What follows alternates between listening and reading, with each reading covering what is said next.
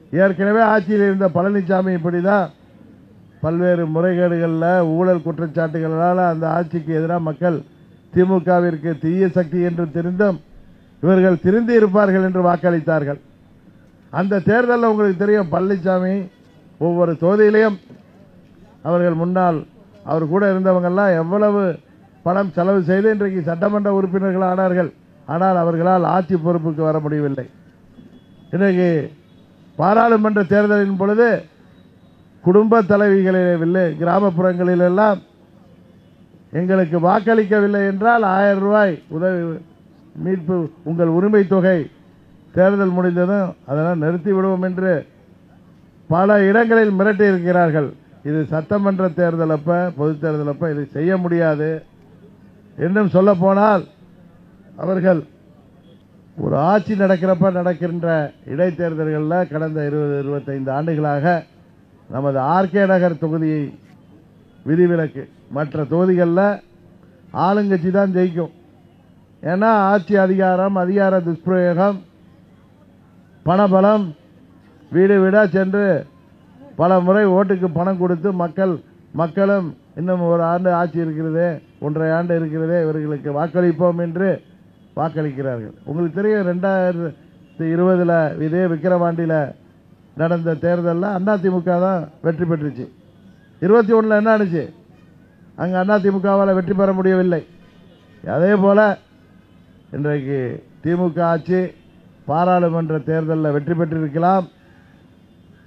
சட்டமன்ற பொது தேர்தலில் உறுதியாக தமிழ்நாட்டு மக்கள் இவர்களின் பணபலத்தை எல்லாம் தாண்டி இவர்களை தோற்கடிப்பார்கள் என்பது உறுதி.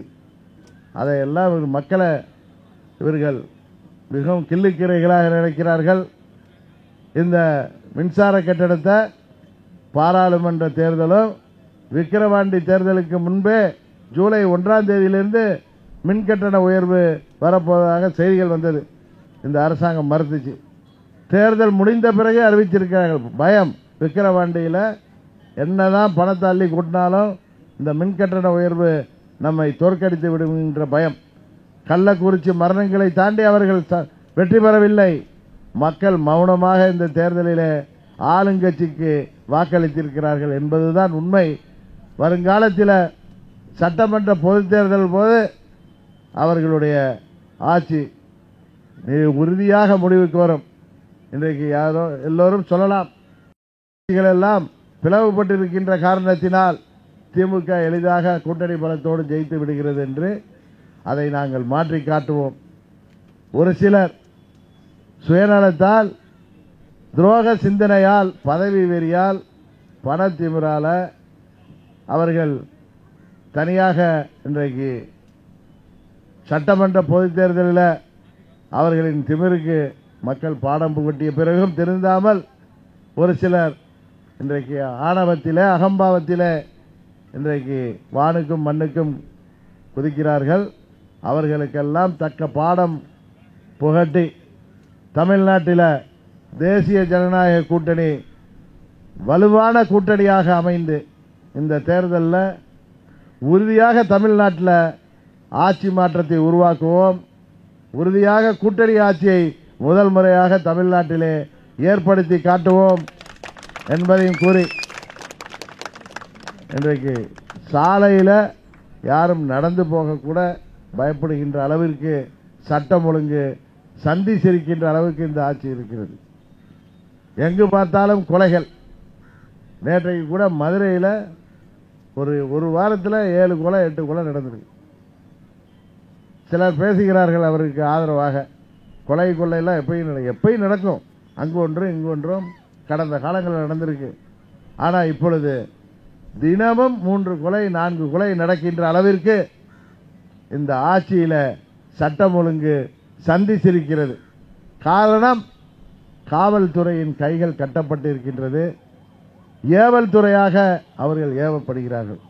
எப்பொழுதெல்லாம் திமுக ஆட்சிக்கு வருகிறதோ அப்பெல்லாம் தெரியும் உங்களுக்கு காவல்துறை எப்படி அவர்கள் செயல்பட அவர்கள் அனுமதிக்கப்படுவார்கள் என்று. அம்மா அவர்கள் ஆட்சி காலத்தில் காவல்துறை எப்படி செயல்பட்டது என்பதும், ரவுடிகளுக்கும் சமூக விரோதிகளுக்கும் தமிழ்நாட்டில் இடமில்லாமல் இருந்தது.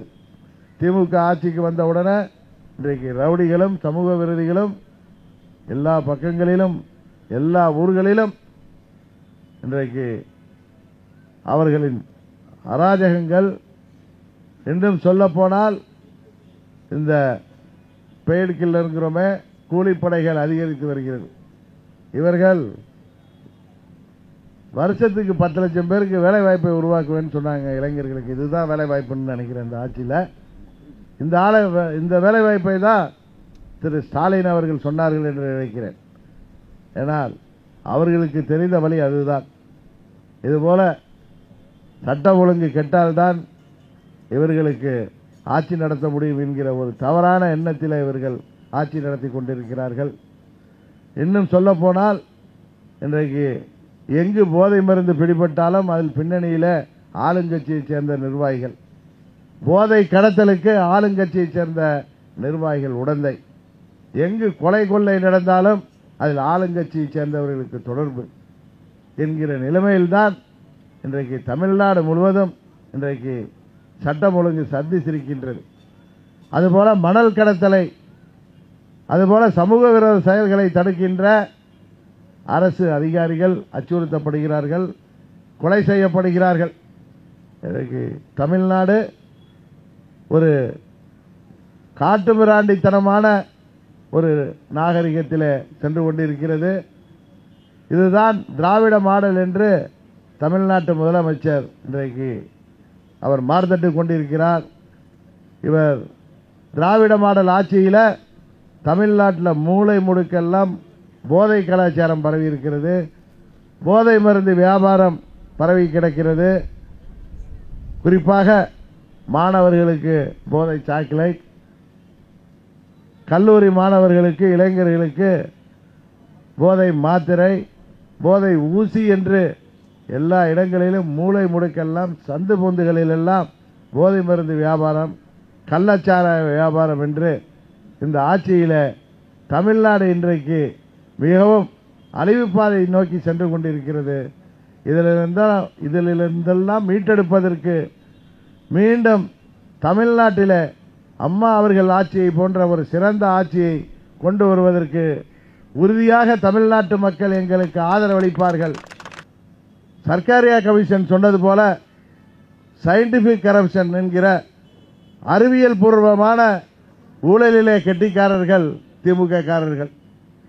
அவர்கள் தமிழ்நாடு அரசாங்கத்துக்கு உட்பட்ட மின் உற்பத்தியை பெருக்கினால் அதிலே முறைகேடு ஊழல்கள் செய்ய முடியாது என்கிற காரணத்தினால் தனியாரிடமிருந்து மின்சாரம் வாங்குவதில்தான் ஊழலுக்கும் முறைகேட்டுக்கும் வழி இருக்கிறது என்கிற காரணத்தினால் இந்த 3 ஆண்டுகளிலேயே கிட்டத்தட்ட 1.5 லட்சம் கோடிக்கு மேல் அவர்கள் மின்சாரத்தை வாங்கியிருக்கிறார்கள். ஆனால் தேர்தல் அறிக்கையில் திரு ஸ்டாலின் அவர்கள் என்ன சொல்லியிருக்கிறார்கள்? விவசாயிகளுக்கு, சாமானியர்களுக்கு, தொழிற்சாலைகளுக்கு தடையில்லா மின்சாரத்தை வழங்குவோம் என்று சொல்லியிருக்கிறார்கள். ஆனால் அதற்கான எந்த முயற்சியுமே இந்த அரசாங்கம் எடுக்கவில்லை. இன்னும் சொல்ல போனால் தொழிற்சாலைகளுக்கு இவர்களால் பல்வேறு கஷ்டங்கள். அவர்கள் பீக் ஹவர்ஸில் வசூலிக்கின்ற கட்டணத்தை குறைக்க எத்தனையோ கோரிக்கைகள். அதுபோல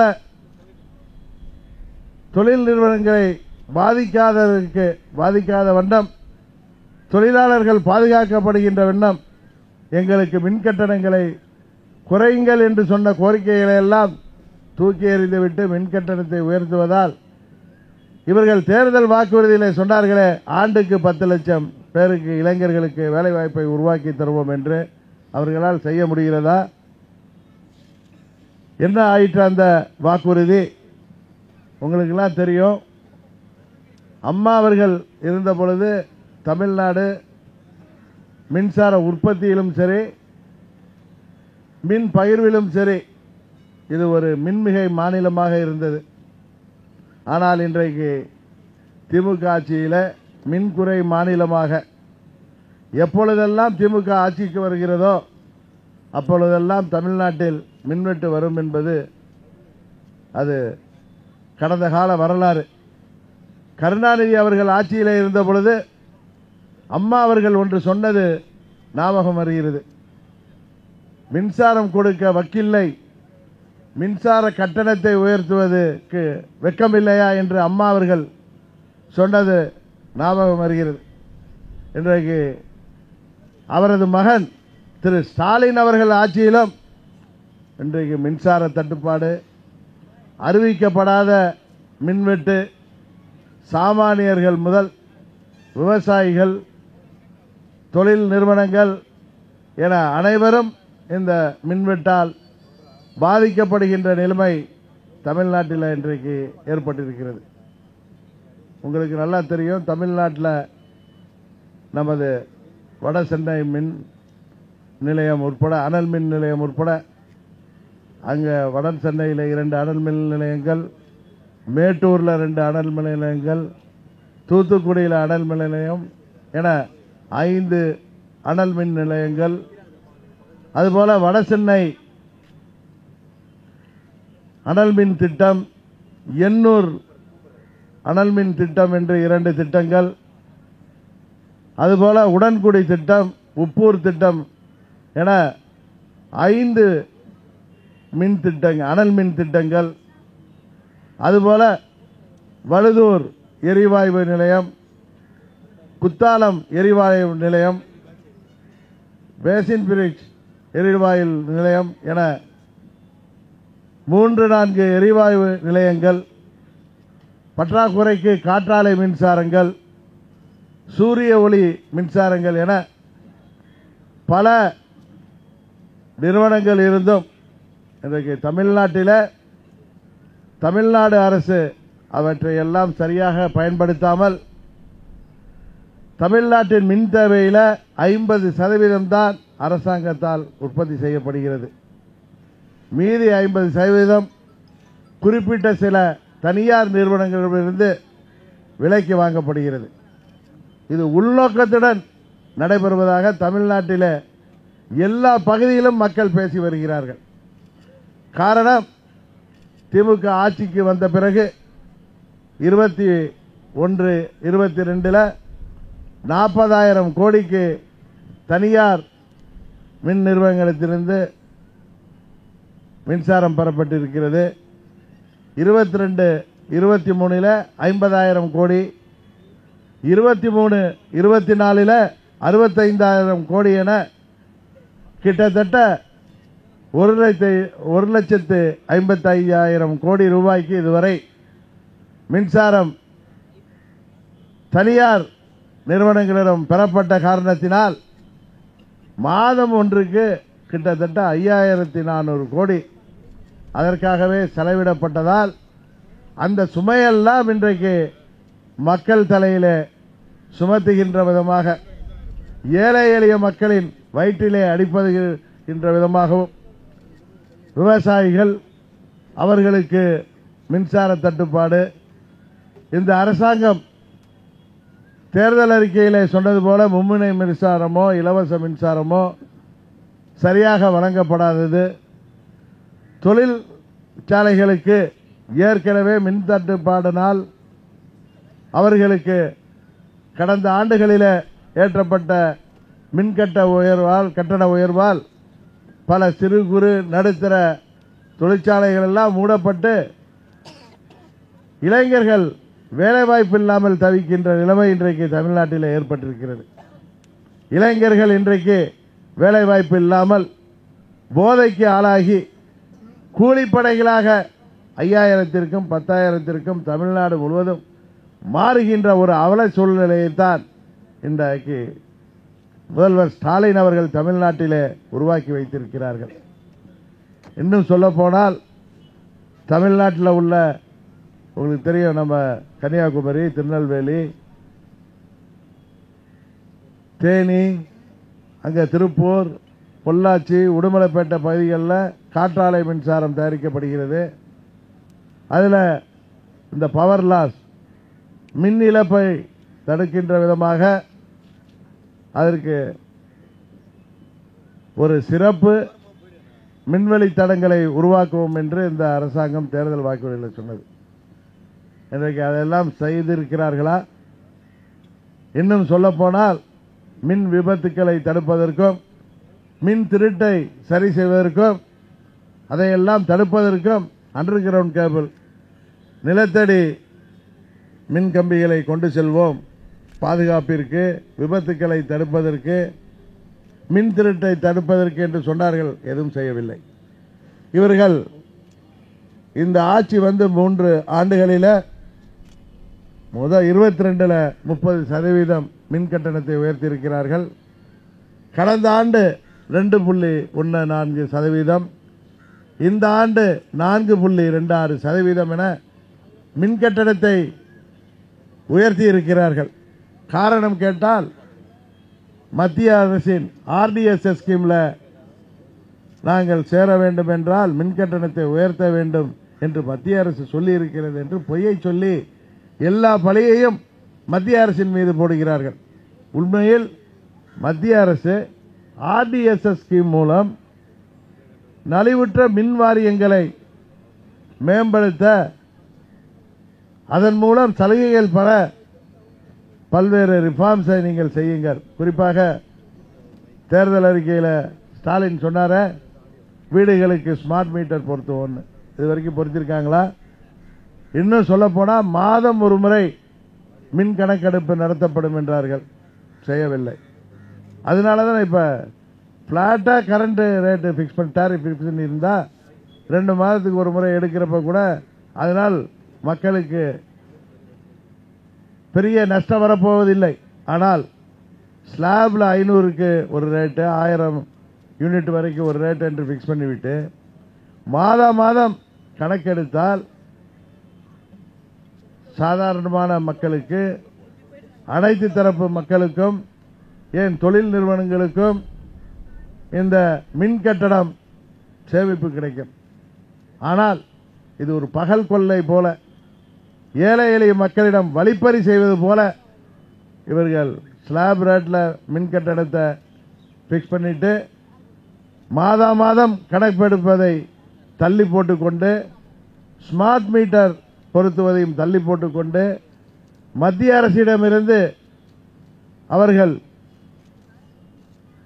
சலுகைகளை பெறுவதையும் தள்ளி போட்டுக்கொண்டு, இங்கே தனியாரிடமிருந்து மின்சாரத்தை கொள்முதல் செய்வதன் மூலம் அதில் முறைகேடுகள் செய்வதற்கு வாய்ப்பாக இந்த அரசாங்கம் செயல்பட்டுக் கொண்டிருக்கிறது. இதுபோலதான் எல்லாத்திலையும். இன்னைக்கு ஆவின் பால் நிறுவனத்தில் முன்ன இருந்த அமைச்சர் நாசரை மாத்திட்டு இப்ப புதுசா ஒரு அமைச்சரை போட்டிருக்காங்க, மனோ தங்கராஜன். என்ன முன்னேற்றம் நடந்திருக்குது? எதை சரி செய்திருக்கிறாரு? உங்களுக்கு எல்லாம் தெரியும். தமிழ்நாட்டில் கிராமப்புறங்களின் பொருளாதார மேம்பாட்டிற்கும் விவசாயிகளின் வாழ்வாதாரத்திற்கு முக்கியமாக இருப்பது கிராமப்புறங்களில் கூட்டுறவு சங்கங்கள் மூலம் பால் உற்பத்தியாளர்கள் தங்கள் வீட்டில் பசுமாடு வளர்த்து அந்த பாலை எல்லாம் கூட்டுறவு சங்கங்கள் மூலம் அரசுக்கு சப்ளை செய்வதன் மூலம் கிராமப்புற பொருளாதாரம் இந்தியா முழுக்க, குறிப்பாக தமிழ்நாட்டில் அது ஒரு முக்கியமான பங்கு வகிக்குது. பசு வளர்ப்பு, பால் தொழில். ஆனால் இந்த அரசாங்கம் கிட்டத்தட்ட 9189 கிராமப்புற கூட்டுறவு பால் உற்பத்தியாளர் சங்கம் மூலம் அவங்க சொல்றது 25 லட்சத்திலிருந்து மாதம் ஒரு முறைக்கு 30 லட்சம் லிட்டர் பாலை கொள்முதல் செய்கிறோங்கிறாங்க. ஆனா உண்மையில 15 லட்சத்திலிருந்து 20 லட்சம் தான் கொள்முதல் செய்வதாக நமக்கு தகவல்கள் கிடைக்கின்றன.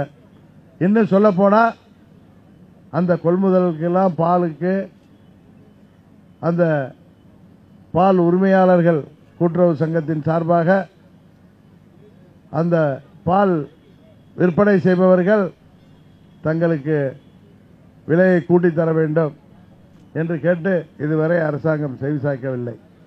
அதிலும் ஒரு சயின்டிபிக் முறைகேடு வழிவகுக்கிறது. காரணம், தனியார் பால் நிறுவனங்களை தமிழ்நாட்டிலே வளர்த்து விடுவதன் மூலம் ஊழலுக்கும் முறைகேட்டிற்கும் வழிவகுப்பதற்காக இன்றைக்கு ஆவின் பால் நிறுவனம் இன்றைக்கு எப்படி செயல்படுகிறது என்பது உங்களுக்கு தெரியும். ஆவினிலே ஊழல் முறைகேடுகளால் 6 முறை அவர்கள் பால் பொருட்களின் விலையை உயர்த்துவதன் மூலம் மக்கள் இன்றைக்கு பாதிக்கப்படுகிறார்கள். அதனால குடிநீர் வரியை உயர்த்தியிருக்கிறார்கள். இங்கெல்லாம் மழை காலத்தில் சுகாதாரக்கேடு வர்றதுக்கு காரணமே இந்த சுவேஜ் டிரைனேஜ் எல்லாம் சரியா பராமரிக்காம, அதனால தான் சுகாதார சீர்கேடு வருது. ஆனால் கழிவு நீருக்கு வரி போடுகிறார்கள். எதற்கு அதை போடுகிறார்களே தெரியல. இன்னும் சொல்ல போனா இந்த ஆட்சியில எல்லாவற்றிலுமே முறைகேடுகள், ஊழல்கள். இப்ப கூட பாராளுமன்ற தேர்தலில் இவர்களால் 39 தொகுதியில் எப்படி வெற்றி பெற முடிஞ்சிச்சு எல்லோருக்கும் தெரியும். அது ஓட்டுக்கு 500, 1000, 300 என்று எல்லா பகுதிகளிலும் இதுபோல ஊழல் முறைகேடுகளால் இந்த போதைப் பொருள் கடத்தலால் கிடைத்த பணத்தை கொண்டுதானே இவர்கள் இந்த தேர்தலில் ஏழை எளிய மக்களை, அடுத்த வேளை உணவுக்கு வழியில்லாத மக்களை பணத்தை காட்டி ஏமாற்றி வந்திருக்கிறார்கள். ஆனால் இது உறுதியாக சட்டமன்ற பொது தேர்தலின் போது நடக்கப் போவதில்லை. ஏன்னா எல்லா இடங்களிலும் இந்த ஆட்சியாளர்கள் மீது எதிர்ப்பு அதிகமாக இருக்கிறது, கோபம் இருக்கிறது. குடும்ப தலைவிகளுக்கெல்லாம் மாதம் 1000 ரூபாய் கொடுக்கிறேன்னு சொல்லி கொடுத்துட்டு அன்னைக்கு சாயங்காலமே அதெல்லாம் பிராந்தி கடையில் வாங்கிடுறாங்க. இன்னைக்கு தமிழ்நாட்டில் கள்ளச்சாராயம் பெருக்கெடுத்து ஓடுகிறது. கடந்த ஆண்டே பல உயிர்கள் போன பொழுது மரக்காணம், செங்கல்பட்டுலாம் இந்த அரசாங்கம் அதையெல்லாம் தடுக்க நடவடிக்கை எடுக்காமல் இப்பொழுது கள்ளக்குறிச்சி அந்த கள்ளச்சாராய மரணங்கள்ங்கிறது 65 தாண்டி இப்பெல்லாம் எந்த அளவுக்கு வந்துட்டுனா, யாராவது கள்ளச்சாராயம் குடி சாவரணும்னு நினைச்சா கள்ளச்சாராயம் குடி செத்தா இந்த அரசாங்கம் 10 லட்சம் கொடுக்குங்கிற அளவுக்கு அவர்களின் திறமையின்மையை, நிர்வாக சீர்கேட்டை அரசாங்கம் மறைக்கின்ற அளவுக்கு போய்விட்டது. திமுக ஆட்சிக்கு வந்தாலே தமிழ்நாட்டில் சட்டம் ஒழுங்கு கெட்டு போய்விடும், தமிழ்நாட்டில் மின்வெட்டு வந்துவிடும் என்பதை மக்கள் எண்ணி பார்த்து வருத்தப்பட்டு கொண்டிருக்கின்ற காலம் இன்றைக்கு. அதுபோல பேருந்துகள், இன்றைக்கு காலாவதியான பேருந்துகள் எல்லா பக்கத்திலையும் போயிட்டு இருக்கு. இப்பதான் அவ்வளவு நேரம் வந்ததுல ஒரு பிங்க் பஸ் வருது, அதுலயுமே பெண்களுக்கு இலவசம் சொல்லிட்டு அதை 50 சீட் இருக்குன்னா 10-15 சீட்டு கூட பெண்கள் ஏற முடியவில்லை. அதுபோல எங்க பார்த்தாலும் பத்திரிகைகளையும் தொலைக்காட்சியில் பார்த்தா பேருந்துல கதவு உடைந்து விழுகிறார்கள், டயர் கலண்டு போகுது. எல்லாம் காலாவதியான பஸ்ஸுகளை வைத்துக்கொண்டு இன்றைக்கு தமிழ்நாடு டிரான்ஸ்போர்ட் கார்பரேஷன் நடைபெற்றுக் கொண்டிருக்கிறது. இதுதான் தமிழ்நாட்டின் நிலைமை.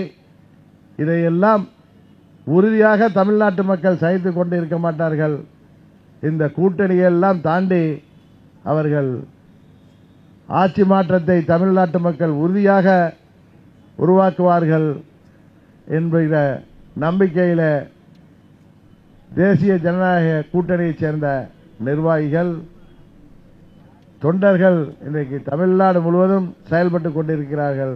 உறுதியாக இந்த திமுகவை ஆட்சி பொறுப்பிலிருந்து அகற்றுவோம் என்ற உறுதியை இந்த நேரத்தில் கூறி வாய்ப்புக்கு நன்றி கூறி விடைபெறுகிறேன். நன்றி, வணக்கம்.